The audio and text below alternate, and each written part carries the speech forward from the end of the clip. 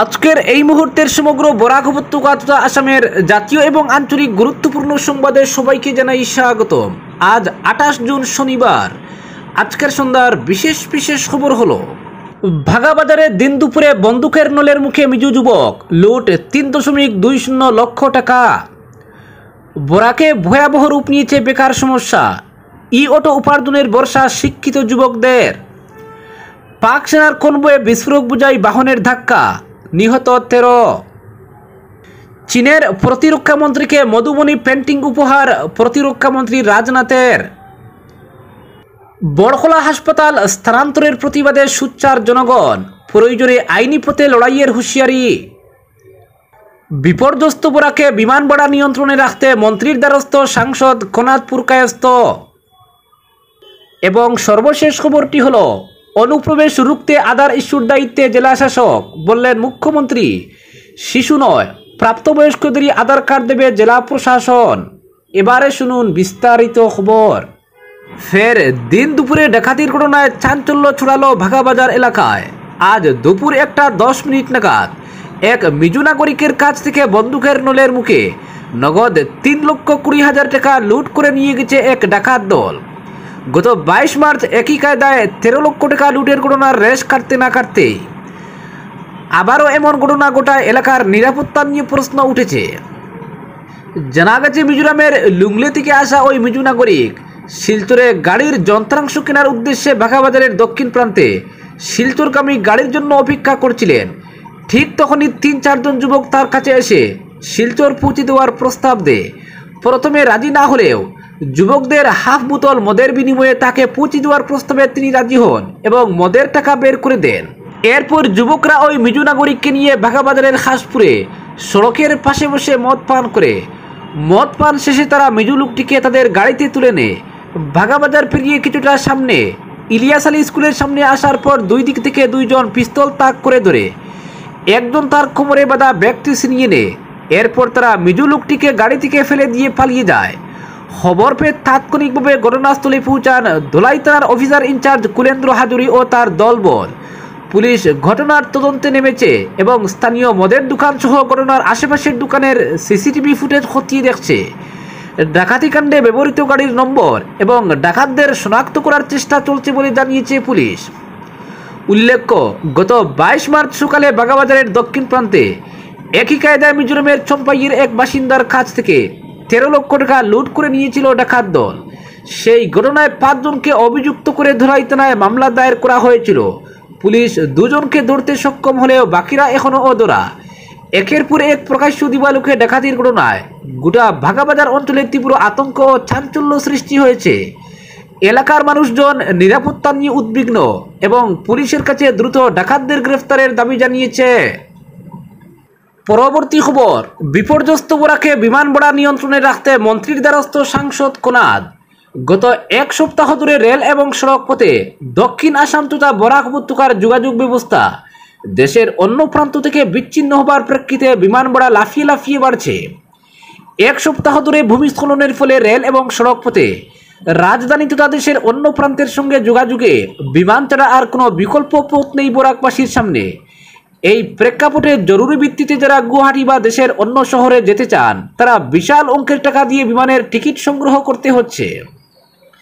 এটা অত্যন্ত উদ্বেগের বিষয় যে সাধারণ মানুষ খুব জরুরি কাজ ছাড়া বিমান ব্যবহার করেন না, কিন্তু গুরুত্বপূর্ণ কাজ ও অসুস্থতার ব্যাপারে দেশের অন্যত্র যেতে হলে বরাক উপত্যকার মানুষের এখন একমাত্র ভরসা বিমান।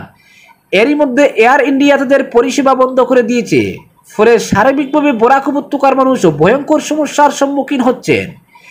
এই প্রেক্ষাপটে বিমান ভাড়া যাতে সাধারণ মানুষের ক্রয় ক্ষমতার মধ্যে আনা সম্ভব হয়, এজন্য ব্যবস্থা নিতে রাজ্যসভা সাংসদ কোনাদ পুরকায়স্থ কেন্দ্রীয় অসামরিক বিমান চলাচল দপ্তরের প্রতিমন্ত্রী মুরলীধর মহলকে এক চিঠিতে অনুরোধ জানিয়েছেন। তিনি প্রতিমন্ত্রীর কাছে অনুরোধ জানিয়ে বলেছেন, বর্তমান প্রেক্ষাপটে জরুরি ভিত্তিতে বিমান চলাচল মন্ত্রক পদক্ষেপ গ্রহণ করুক। তার আশা, এ ব্যাপারে খুব শীঘ্রই প্রতিমন্ত্রী মহল গুরুত্বপূর্ণ পদক্ষেপ গ্রহণ করবেন। রাজ্যসভার সাংসদ আরও বলেছেন, বিষয়টির গুরুত্ব অনুধাবন করে এ ব্যাপারে মুখ্যমন্ত্রী হিমন্ত বিশ্ব শর্মার দৃষ্টি আকর্ষণ করেছেন কোনাদ বাবু। পরবর্তী খবর, আসামে অবৈধ বিদেশিরা যাতে আধার কার্ডে নিজেদের নাম নথিভুক্ত করতে না পারে সেজন্য আধার কার্ড সংগ্রহের প্রক্রিয়া কঠোর করেছে রাজ্য সরকার। মুখ্যমন্ত্রী হিমন্ত বিশ্ব শর্মা একথা ঘোষণা করে বলেছেন, এবার থেকে শুধু প্রাপ্তবয়স্করাই আধার কার্ডের জন্য আবেদন করতে পারবেন এবং জেলা শাসকের অফিস থেকে প্রাপ্তবয়স্কদেরই শুধু এই আধার কার্ড দেওয়া হবে।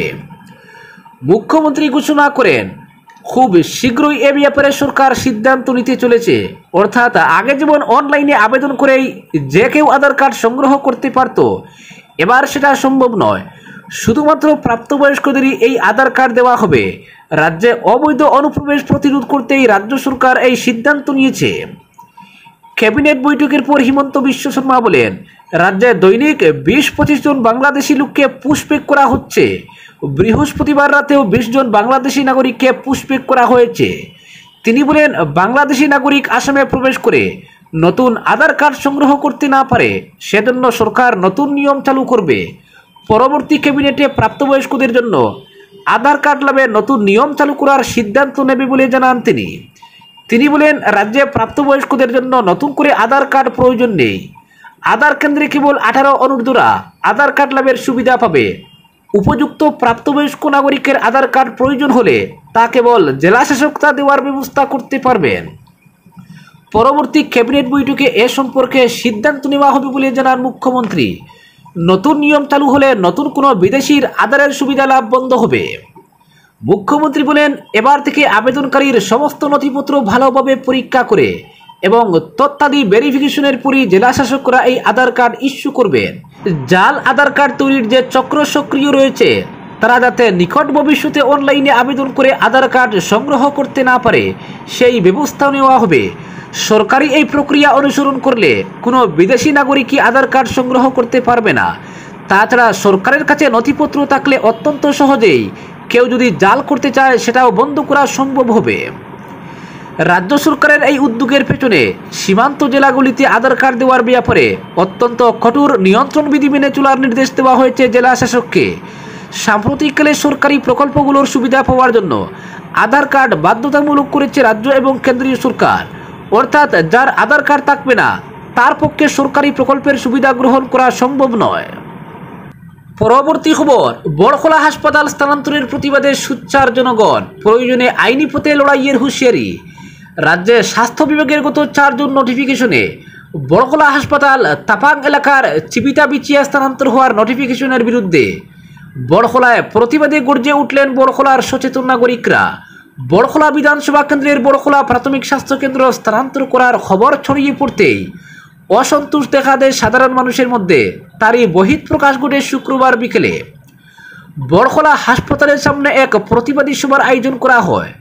বিশিষ্ট সমাজসেবক দিলীপ করের পৌরোহিত্যের সভায় বক্তব্য পেশ করেন বিশিষ্টজনেরা। বক্তব্য পেশ করতে গিয়ে ভুবনেশ্বরনগর শ্রীকুনা জেলা পরিষদ সদস্য ফরিদা পারভিন লস্কর বলেন, এখন আর ঘরে বসে থাকার সময় নেই, কেননা বড়খলার ঐতিহ্য বিনষ্ট করার একটি চক্রান্ত চলছে।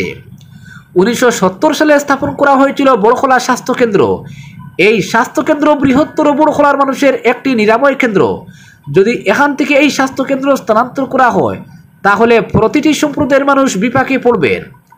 আমরা গণতান্ত্রিক পদ্ধতিতে আন্দোলনের পাশাপাশি আইনের দ্বারস্থ হতে বাধ্য হব।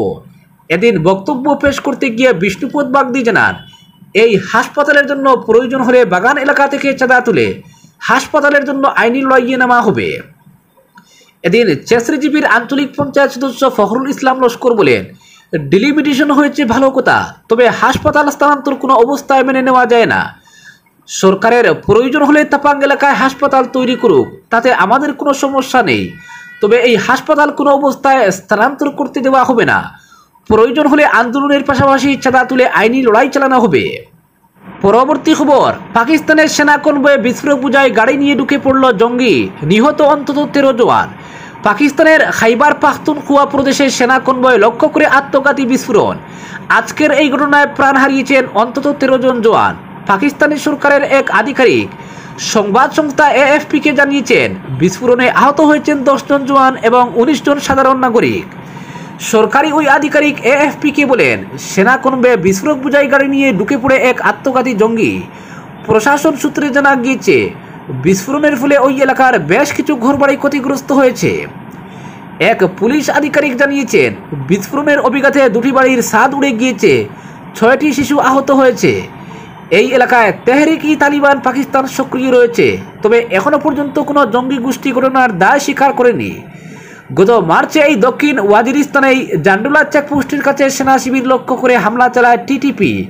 তারপরেই অভিযানে নেমে 10 জন সন্দেহভাজন জঙ্গিকে নিকেশ করে পাক সেনা। মার্চেই গুরলার এবং ফিরুকুনারির কাছে জাফর এক্সপ্রেসে হামলা করে বালুচ লিবারেশন আর্মি। তাতে প্রাণ যায় 21 জন যাত্রী এবং 4 জন আধা সেনা জওয়ানের। আজকের বিশেষ সংবাদ এখানেই সমাপ্ত।